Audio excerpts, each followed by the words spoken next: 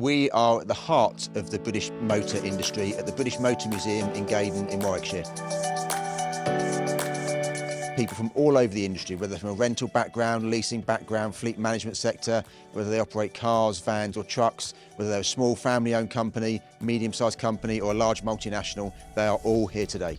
This is one of the biggest highlights of the year actually, to come together, look back on how 2023 has panned out, but more importantly looking ahead into 2024. There's a great networking benefit, to understand in an informal setting kind of the opportunities and challenges that fellow members are experiencing. Our Industry Outlook is our annual snapshot. The great thing is that we're able to bring it to this audience within about 2 weeks of it happening, so it's really up-to-date information. For fleet and lease companies, I think the industry is really bright. We're at the start of technological revolution in the industry. The whole thing as an ecosystem is going to develop a lot over the next 10 to 20 years.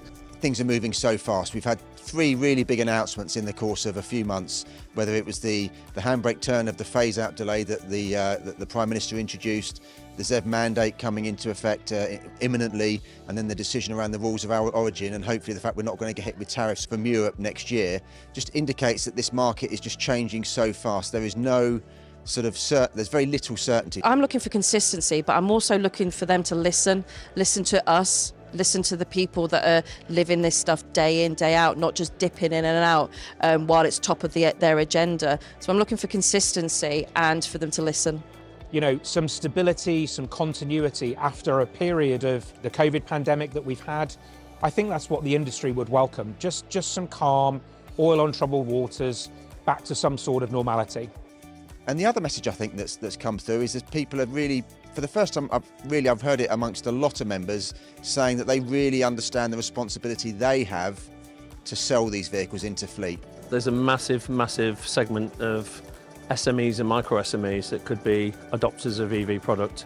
We've got a massive responsibility to drive the adoption of EVs generally, but not just the new adoption of EVs, but also second life in existing vehicles that have come into the market early on.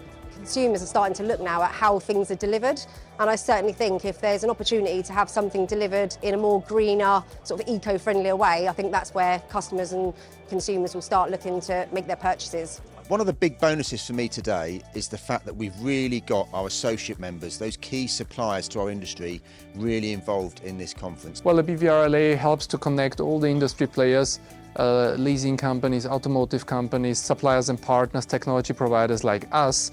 And they're also helping to set some sort of standards, advise their members on how to deal with used EVs, because it's a very new topic to everybody in that industry. And by being part of the BVRLA, it allows us to shape that process. I think we've been really focused this year on having those early conversations around how we make EVs work, how we need our licensees to make them work, and how we need the end customer to make them work. And next year is it's really going to stress test some of the plans that we've put in place this year. This particular conference is interesting for us as well because of the Industry Outlook report. That's a way that we can really pick up on the sentiment and what's happened in the marketplace. We work jointly with the BVRLA in doing media work with them. We've done webinars, for instance, with them.